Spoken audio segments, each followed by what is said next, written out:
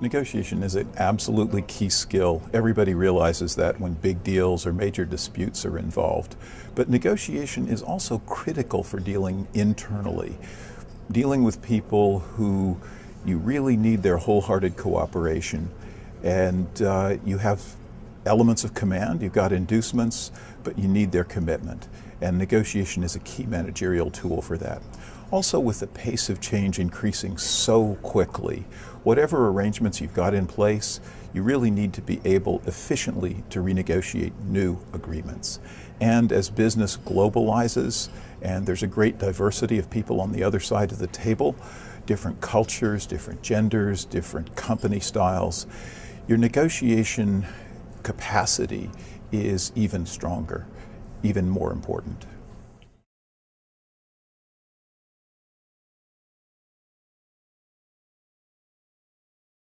Great negotiators always try to create as much value as they can, economic and non-economic. They try to claim a full share of that value and do so in a way that works for the long term on a sustainable basis.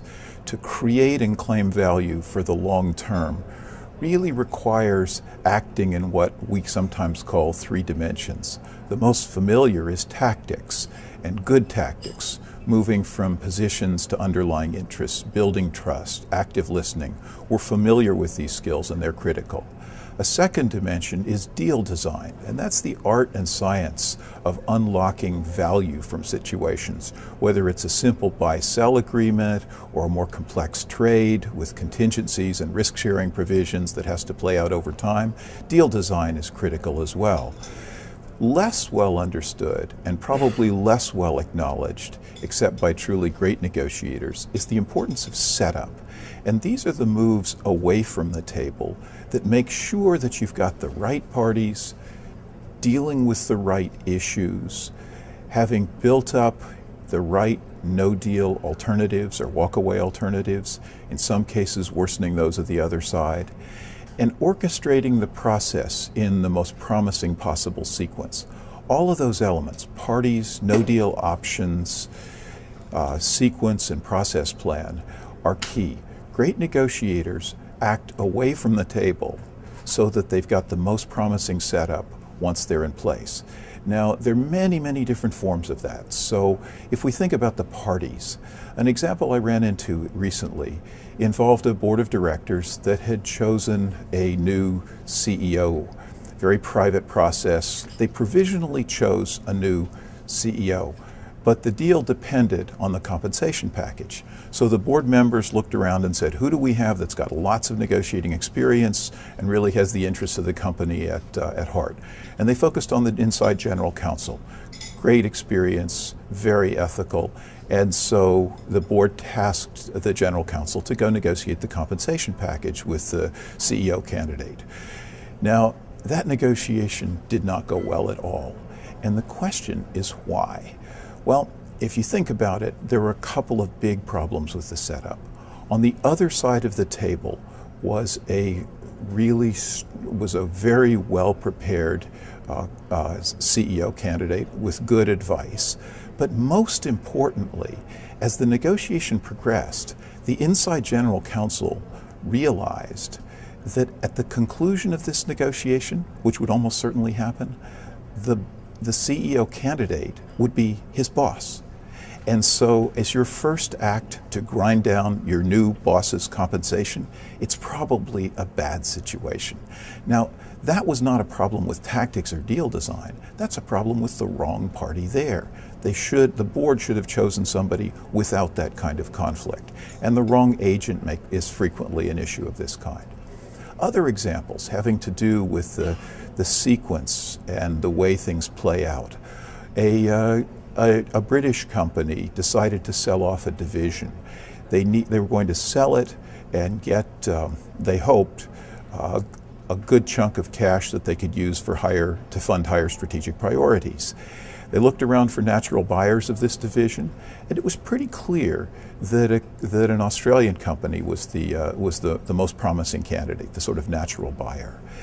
So the chief executive of the British firm, who turned out to have gone to school with the Australian chief executive, got on the phone, said, "We've got this property, looks like it'd be very helpful to you. We're going to be disposing of it and use the funds for higher strategic priorities. Are you interested?" Well, the Australian CEO was interested, but said, "You know, we're terribly busy, and to get my people to do this transaction justice, we really need a 6 or an 8 month exclusive, and then we can devote the focus to that." Well, imagine the poor number 2 to the British chief executive flying off to Sydney with an urgent mandate to get the maximum price for this new division, and suddenly realizing that he had no alternatives and was foreclosed from talking to anybody else for 8 months. Essentially, his no-deal option had been inadvertently destroyed, and as a function of tactics or deal design, he just had managed to mess up his own setup. And there are many examples of this. I think of perhaps another, and then let's pull these things together.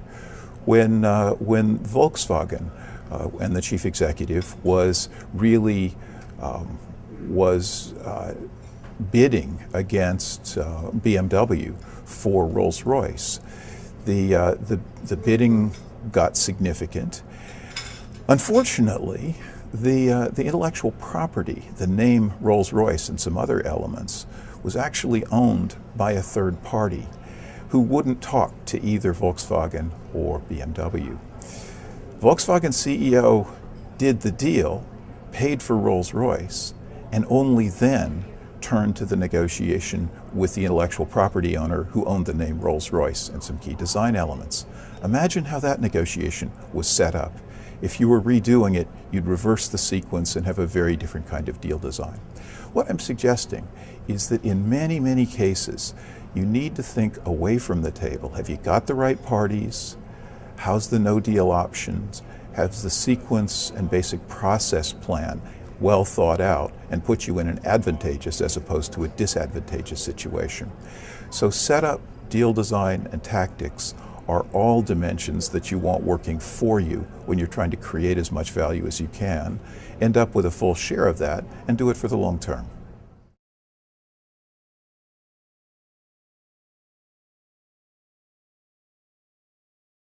To me, teaching, especially by way of examples and detailed case studies, is almost like storytelling. You set up a situation that was really challenging to the protagonists, the people who were actually faced with it. Then you throw out the question, what would you do at this particularly difficult moment in the negotiation? People are up against it. They themselves have to think about what would make sense. And I think along with them. Then we roll the tape forward and say, well, what did happen? What did they do? What worked? What didn't work? Why? Under what circumstances might something else have been more promising? And then how do we generalize past this situation? It's kind of a storytelling that I learn as much from an experienced set of participants as perhaps they do from these examples that we've put together to support and illustrate the broader framework. It's a lot of fun.